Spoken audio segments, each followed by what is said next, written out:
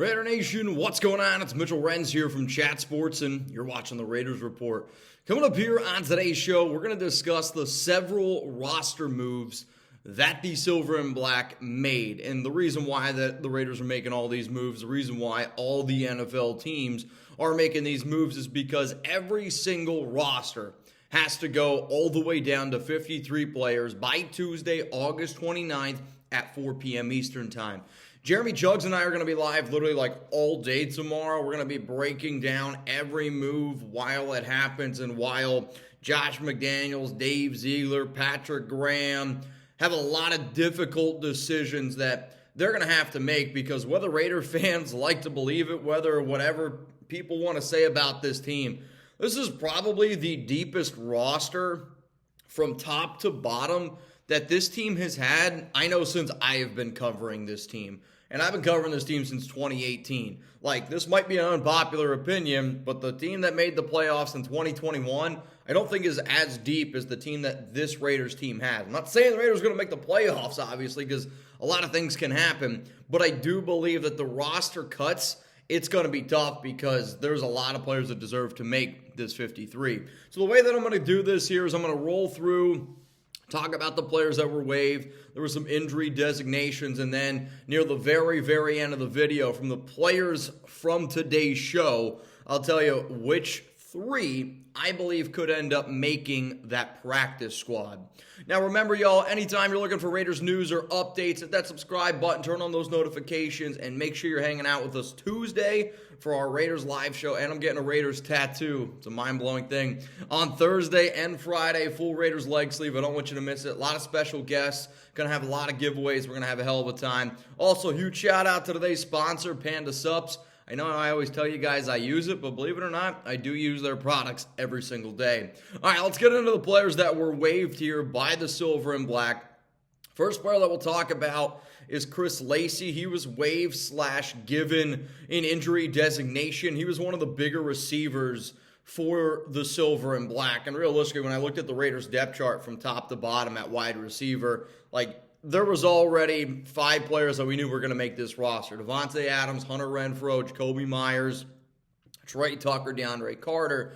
After that, it was a little bit of a toss-up, and there was some speculation that maybe Lacy could have made it. Now, me personally, I was a little bit more of a fan of Sims, and Sims had himself one hell of a catch in that preseason game, this last one against Dallas. Sure, it was only 22 yards, but you saw the big playability. He's definitely a little bit more of that red zone option.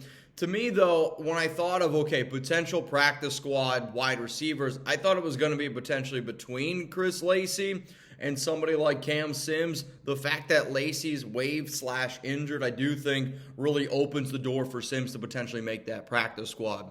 Let's go to the next player here, halfback Darwin Thompson. He was formerly of the Kansas City Chiefs, and I'm not surprised by this move whatsoever. I mean, the Raiders, now that they have Josh Jacobs back, I will say when you look at the brand new updated depth chart for the Raiders, Sincere McCormick is above Brandon Bolden, which I love Sincere, and don't get me wrong, I sincerely enjoy watching him playing. I know, horrible dad joke. You can grade it down below, A, B, C, D, or F. But I do think that it's an interesting thing to look at. I know that they like Brandon Bolden a lot. I still think that they end up keeping Bolden, but they might end up keeping that extra running back. Who knows? They might not even keep Jacob Johnson. I know they like him a lot, but in the NFL, the more and more it's trending in the right direction, you might see them ultimately not keep a fullback. All right, let's go to the next player here. Vitaly German, he's an offensive guard. He can play a little bit of center as well. He's been on this roster. He's a depth player, good locker room player from everybody that I talk to that's an offensive lineman. Works his tail off, and if you're the Raiders and you want to keep somebody on your practice squad, somebody that has a lot of those traits is definitely something that McDaniels and Ziegler look at. So I do think Vitaly Gurman could be somebody that ends up on the practice squad. Quarterback, the guy in the thumbnail, Chase Garbers. He was a UDFA from Cal last season and had some run. He was on the practice squad last year. I'll tell you all right now, I know some people were probably like, man, he should make it over Brian Hoyer. It's not the plan. The Raiders playing a quarterback as Jimmy Garoppolo, Brian Hoyer, Aiden O'Connell. Those are going to be your 3 QBs. But with Garbers, he will be on the practice squad unless some team ends up claiming him. But out of all these names that you're going to see here today, I'd probably be the most willing to bet that Garbers ends up on the practice squad. Let's go to the next player here. It's Bryce Cosby, cornerback, and got some playing time last season, which at the top of the show I talked about the depth of this Raiders team. Yes, Cosby was a practice squad player, but he also played in regular season games, and now he is one of the very first players released by this team. That should show, I'll call the diehards, the real ones out there, like, oh shit, we're actually like moving on from a dude that played for us last year in the first initial roster cuts. That's telling me something. Let's go to the defensive tackle now. It's Doug Costin. He was signed last week by the Raiders, and the move was really just to fill that extra spot. The Raiders released Kyle Pecco. Pecco asked to be let go because he knew he wasn't going to end up making this team. So they brought in Costin to kind of play that extra role just in case in that final preseason game, but he does not make the roster. Ike Brown was torched multiple times this past week. Kind of reminds me of the old Raiders cornerback, Daryl Worley, which every time he would play, I'd be like, holy shit, you smell that? It smells like burnt toast out there. Brown could be a player that ends up making the practice squad. He's played on this Raiders team. He's played with McDaniels, Graham before, a little bit in the background. So Ike could be a name to keep in mind. And then maybe my favorite name on the team, again, a player that was just recently signed last week, UDFA out of Illinois, Isaac Darkangelo, linebacker. So that was the 9 players that were released. So one more time here, it's Chris Lacy, Darwin Thompson, Vitaly German, Chase Garbers, Bryce Cosby, Doug Costin, Ike Brown, Isaac Darkangelo. So that's 9 players. We actually still have 3 more to talk about because certain players were placed on injured reserve. And then at the very, very end of the show, I'll talk to you about the practice squad. But I did want to give a shout out to today's sponsor, Panda Subs, because I thought it was funny when I was at the tailgate this past weekend with Chugs, and a huge shout out to the DFW Raiders group. Shout out to my guy Oso. I mean, they did a phenomenal job. There was food, there was drinks. They welcomed my family with open arms, and that's what Raider Nation's all about. But I had a Raider fan come up to me, and they were like, damn, like, you guys are having yourself a hell of a day. Jacobs, tailgate, and then you went back and did your watch party.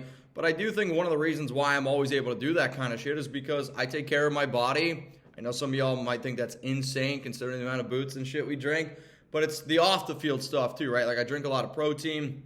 When I wake up early in the morning, I'll take some pre-workout, crush the gym. Whatever the products are, I just try to make sure that I'm healthy. But a lot of times people are like, this guy just talks about products, but does he actually use them?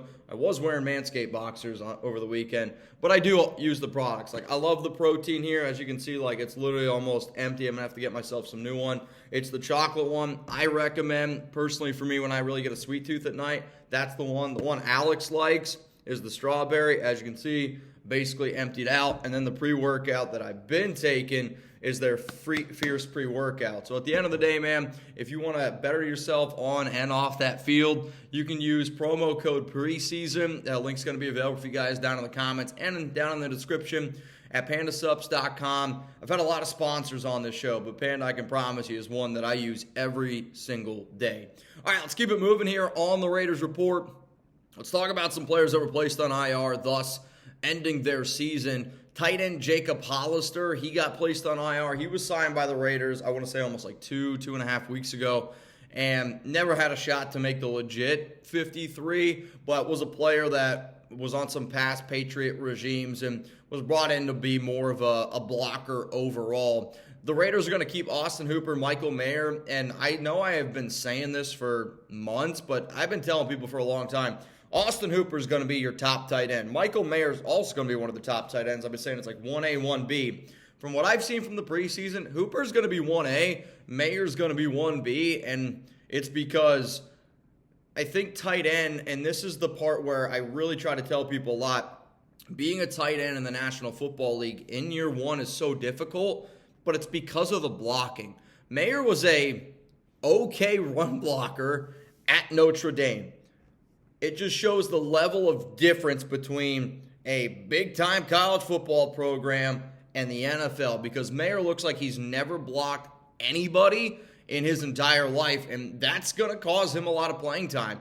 Max Crosby baptized him a few weeks ago. He's been getting baptized in the preseason. It's going to hurt his reps getting out there on the field. I'm not saying Austin Hooper's a good run blocker by any means, but Hooper is right now light years ahead of what Mayer is. And if you want to get on the field with this regime, with that quarterback, I'm telling you right now, you need to learn how to run block. But it's going to be Hooper, it's going to be Mayer, and then I'm still going to bet on Jesper Horsted was one of my winners from this Week 3 preseason. Cole Fotheringham, though, he's going to make this practice squad. He didn't get released, so nobody freak out. He was having himself a hell of a preseason. But Hollister's the name here that I want to bring up. Another name here is wide receiver Isaiah Zuber.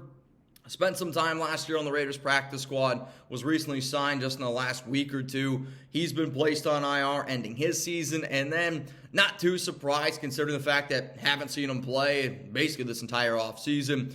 Halfback Brittain Brown, he was drafted in the 7th round out of UCLA back in the 2022 draft, but because Sincere played well, because Brandon Bolden, Brown probably knew deep down, even if it was healthy, he wasn't going to end up making this roster overall.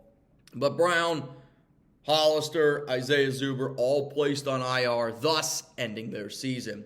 So the way that I want to end today's show is I'll talk about the players that were released today that I think have a shot of making the practice squad, and I'll rank them from 1 down to 3, and I might throw in an extra name in there just because I could see the Raiders potentially doing it. So again, out of the names that were released, it was Chris Lacy, Darwin Thompson, Vitaly Gurman, Chase Garbers, Bryce Cosby, Doug Costin, Ike Brown, Isaac Darkangelo.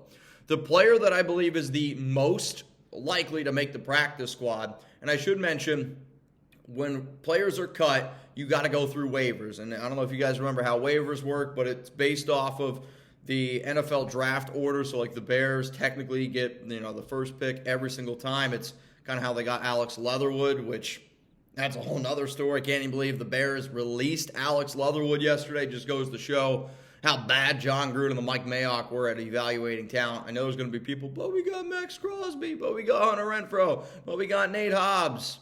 I get it.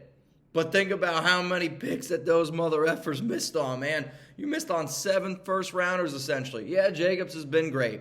That's also the running back position, which I think now we see is the least valuable. And I'm just saying, it's frustrating. All right, back to what the show's about. They have to clear waivers, which means if a team puts in a bid for them, they can go to their practice squad, and that can happen. If all these players end up clearing waivers, here's how I'm going to end up ranking them making the practice squad. Chase Garbers is going to be number 1. He is the most likely to end up being back on this practice squad. Coming in here at number 2, I'm going to place it at Bryce Cosby. He is a corner that this team likes. They like his, we'll call it, mentality that he brings to the field. Doesn't have a lot of athletic gifts, but goes out there, plays hard every rep, and was on the team last year. At number 3, it's Vitaly German.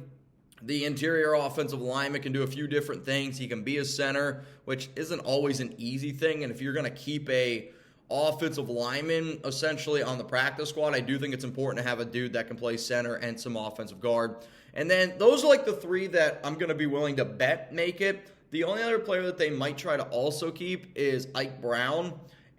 You can only keep a certain amount of veterans, and once the Raiders sign all of their practice squad players, we'll make another video around it. But those are the players that I believe, if they clear waivers, could end up coming back. Now, if you don't already know, I appreciate every single one of y'all that always tune into the shows. Had a weird day yesterday. I was off. I know the Raiders made all these moves yesterday, but spent some family time. I know the season's getting ready to ramp back up here. Alex, she's got a trip. She's going to New York, so if anybody sees her walking around, say what's up. But she's going there with her family, so I spent some quality family time yesterday, so hopefully y'all aren't hating on me too much for making this video bright and early in the morning. All right, guys, the next time you're going to see me is going to be live on the Raiders Report tomorrow. I'll probably also try to get you guys a video tonight or a little bit later on today around some of the other roster moves that the Raiders will end up making today. And then tomorrow will be live for majority of the day. We're going to have, I think, like 4 new people who we're hiring at Chat Sports. They're going to be in the office tomorrow, so might get the newbies to do some wild and crazy shit, so be tuned in for that. But seriously, it's going to be a lot of tough decisions to make for Josh McDaniels and Dave Ziegler. I don't envy them at all. It's never easy to tell somebody that their jobs are ending. I can understand that being tough. but just know that my job is to talk about it. So just please keep that in mind. So for myself, appreciate all of y'all. Remember, if you haven't already, hit that subscribe button, turn on those notifications. I'll see y'all tomorrow when the Raiders got to trim their roster. Currently, they are at 79 players. I do think that's important to say. They are at 79 players, and the reason why they have the extra player, David Agoa, the International Pathway Program player, I don't see him making the 53, so they will have to trim him out to end up making the 53, but he could probably will end up on the Raiders practice squad. All right, y'all, if you're looking for more Raiders videos, click this subscribe button right here. We didn't get over 140,000 subscribers without putting in that work and commitment to excellence, so click that button right there. If you're looking for more videos from me, you can click this right here. It's just going to be tons and tons of more content, probably the videos I made over the weekend, and then more content for you right here. Maybe you're looking for a 53-man, maybe you're looking for winners and losers, whatever it is, I got you covered here on the Raiders Report.